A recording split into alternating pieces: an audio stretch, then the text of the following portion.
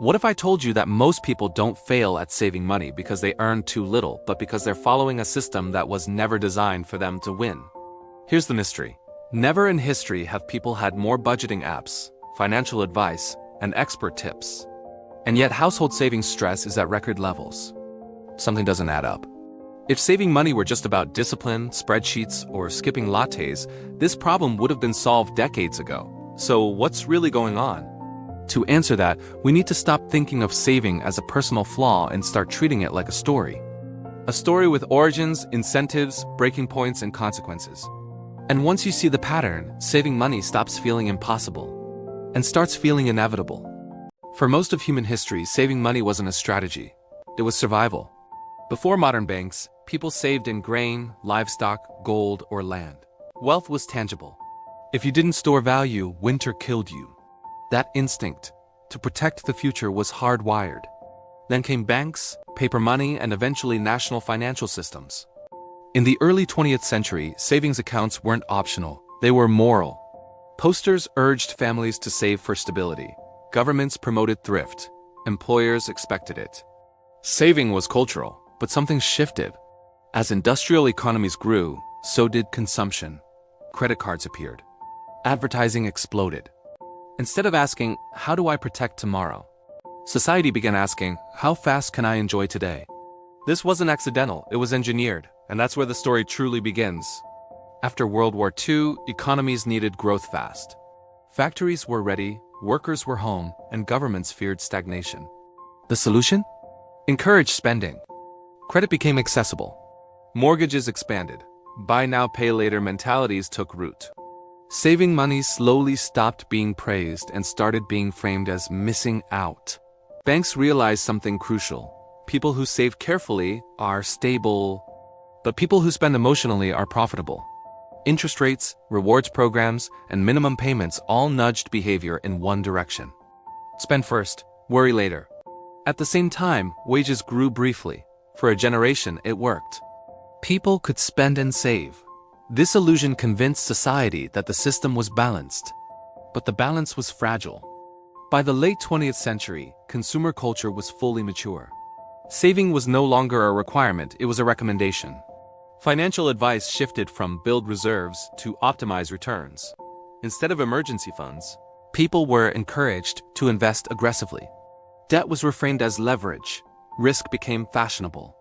Technology accelerated everything. Online shopping removed friction. One-click purchases erased the pause that once protected savings.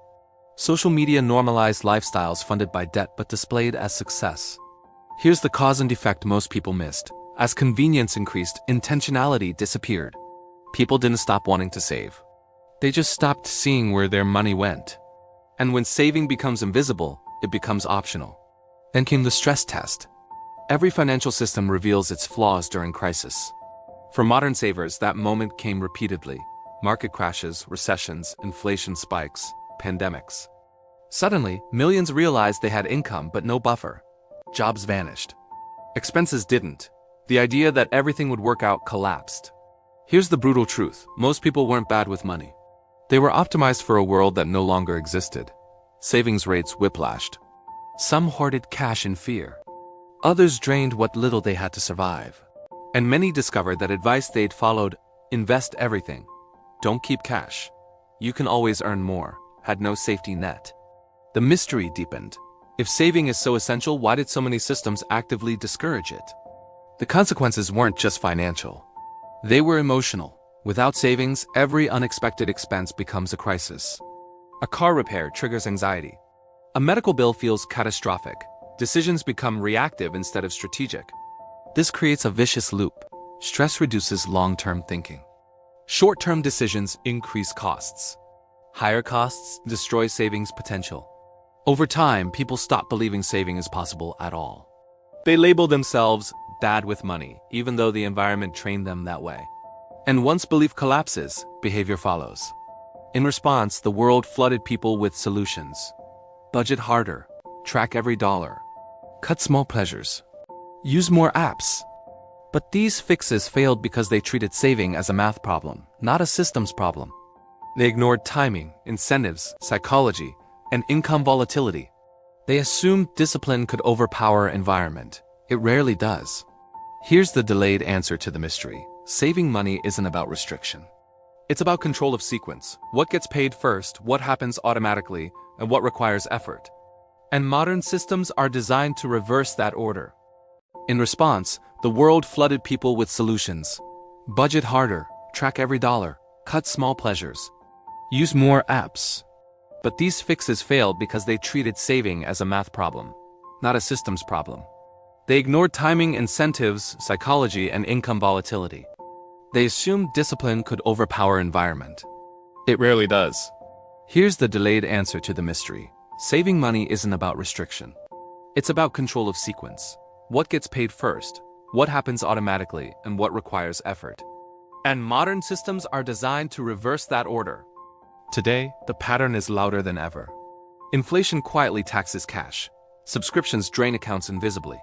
Lifestyle benchmarks are algorithmically pushed. Meanwhile, real wages lag behind costs. Yet the same message persists. If you're struggling, try harder. But look at the data trends. Emergency expenses are increasingly common. Income volatility is rising. Financial stress affects decision-making, health, and productivity. History shows this pattern always ends the same way until people redesign how saving fits into their lives. Not by willpower, by architecture. Every successful saver across history, whether ancient farmers or modern households, shared one principle. Savings happen before spending, not leftovers. Not intentions. Priority. When systems change, behavior follows. Automatic transfers. Friction on spending. Clear buffers between income and lifestyle. Saving stops being a fight and becomes a default. This is the part no one tells you because it's boring, unattractive, and extremely effective. The real guide to saving money. Saving is a system, not a personality trait. If saving relies on motivation, it will fail. Systems succeed where discipline burns out. Sequence beats sacrifice. Pay yourself first, always. What happens automatically shapes everything else. Buffers create freedom. Savings aren't about deprivation, they're about buying time, options, and peace. Here's the warning. If you don't design your financial system, someone else will, and their goal isn't your security. The open question is simple but uncomfortable. Are you saving what's left? Or building a system that protects your future first? History suggests only one of those survives the next shock. If this changed how you think about saving money, take one step today, not tomorrow. Adjust one system. Automate one transfer. Create one buffer. And if you want more deep, story-driven breakdowns of how money actually works beneath the surface, subscribe, like the video, and stay curious. Because the people who win financially aren't the ones who know the most tips. They're the ones who understand the system and quietly step outside it.